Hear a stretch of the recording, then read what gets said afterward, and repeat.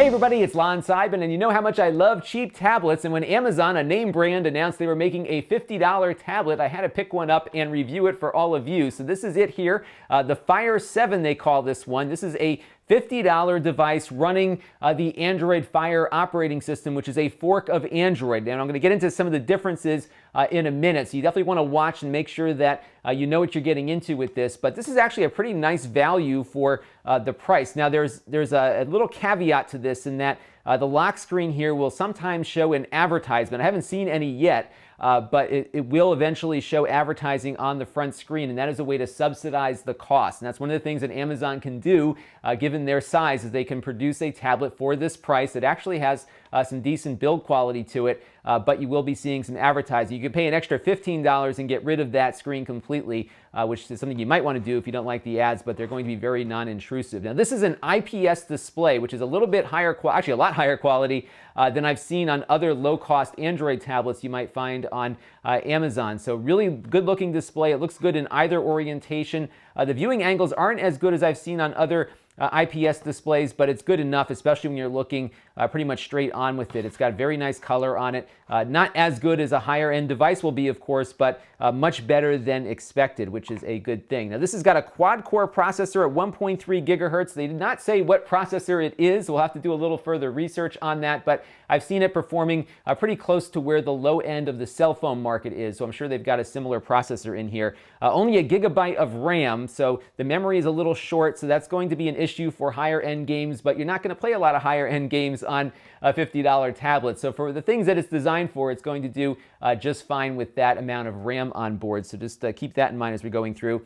Only 8 gigabytes of internal storage, but if you do install a SD card, a micro SD card into the side here on the slot underneath this door, it will install all the apps and take pictures, and anything else that you download into the device will go onto the card and not into the main memory. So you will have some flexibility there. It'll support up to 128 gigabyte memory cards, so you really do get some options for augmenting the very limited storage that's built in. So it's only about 5 gigabytes available, but if you have an extra card laying around, pop it in and the device will use that. If you pop the card out, you'll have to reinstall the apps either onto internal memory or install a different card and reinstall the apps onto that. So if the card pops out, you'll see a dimmed out icon, but you won't be able to use it there. Not much else on the hardware side, though. It's pretty basic transportation here, but on the top here, you have your volume rocker, a headphone microphone jack. It sounds okay. It's not the best sounding audio here, but it's good. It's not noisy or anything. It does sound halfway decent. You know, not as good, again, as higher end devices will, but if you're not an audiophile, you'll be fine with that.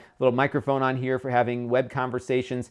You've got a USB port for charging, but it also supports the OTG standard, so you can plug in devices that support OTG. So there's memory cards. You could even get an adapter and plug in a keyboard or a mouse or something like that if you so choose.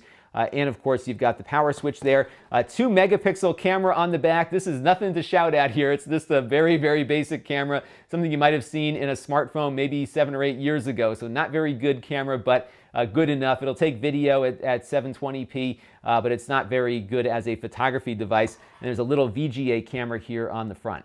Now, it has Wi-Fi built in. It connects just fine to my home network here. This isn't the real high-speed, super fast Wi-Fi on here, but it is good enough for the price tag. It also has Bluetooth on board too, which is something that you don't often see on these $50 tablets. So you can connect keyboards, mice, and other Bluetooth devices like headphones up to it also. So a pretty nice, complete feature set for the price, and I'm pretty happy with that. Now, this is running the Amazon version of Android, and that means things are going to look the same, but may not function the same, especially when it comes to the apps you may have purchased on the Google Play Store. So this does not run Google Play. It runs the Amazon App Store. Now, there's many of the same apps like Netflix and everything else that you might be accustomed to, but you have to install them and buy them, in many cases, through the Amazon store, and you will not be able to get access to your Google purchased apps very easily, if not at all. There probably are some ways to kind of hack these things to make it work, but that's going to be something out of reach of most consumers. So if you have a lot of purchased Android apps that you want to run on another tablet, you're not going to get them to run here without rebuying them, although many of the free apps like Netflix and others are available. The big thing that's missing for me are all the Google apps that I've grown accustomed to, like Gmail and YouTube and all those things that I'm using a lot on my other Android devices. They're not on here. There are equivalents, though. So you do have, of course, an email application that Amazon wrote specifically for their tablets here, so you can get at your Gmail here and look at things, but it may not be the same experience as what you might have with the Gmail app on Android. They do also have like these little web links that you can get from the App Store. So for example, for YouTube here, this is actually running the web version of YouTube, but it makes it into a little app, so you kind of get that feeling of what it's like to run the YouTube app without having to go out and install a Google app that won't run on here. So you can go full screen with these things, but the performance isn't all that great. The resolution on the videos doesn't look all that great. And there's also a lot of room here on the screen too. So it's not really filling the screen up either when you're playing back these videos. It might be an aspect ratio thing. This is a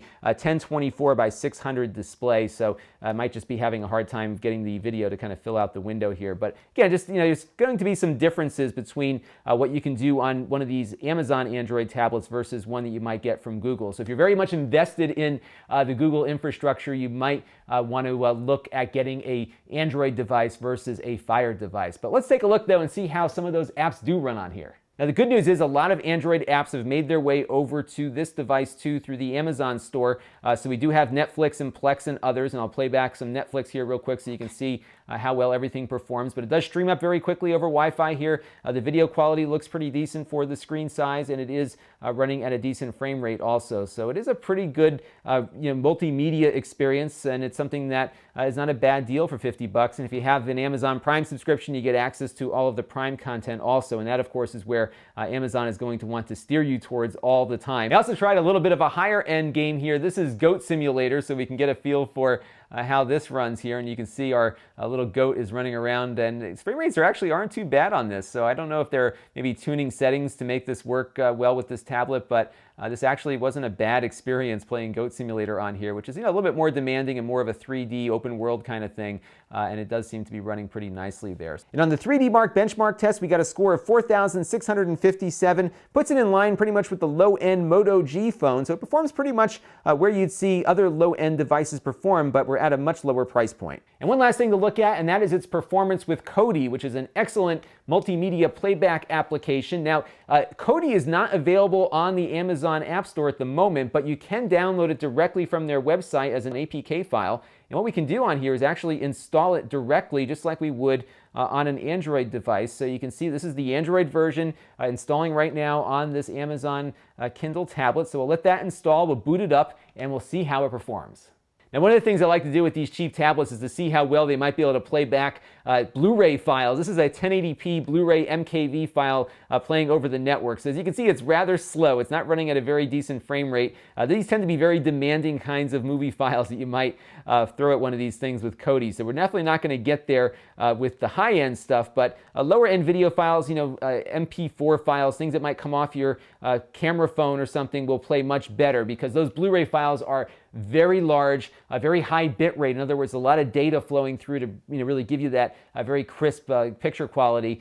So those kind of files won't play well on here. But again, the things that are compressed down pretty far that you might have will run fine. Plex certainly works very well on here too. Now, Amazon rates the battery life on this device to about 7 hours or so. I'll believe that for web browsing and email and Kindle book reading maybe, but definitely not for gaming. So if you are giving this to a kid who's going to play a lot of games on it, the battery will drain a lot faster when you're doing things like Goat Simulator that will tax the processor and GPU, the graphics processor, more than, of course, a Kindle book will. So they make compromises for hitting that price point, and that does mean it will have a smaller battery than you might see in more expensive tablets. The big compromise, though, is its 90-day warranty, which is much less than we've seen on other tablets. Of course, those other tablets with longer one-year warranties cost more. So again, that's part of the calculus here that they make when making a $50 tablet. So after 90 days, if something happens to it, whether you did it or it just breaks on its own, you're going to have to foot the bill for repair or replace it. I would think probably replacement is probably the best option because I can't see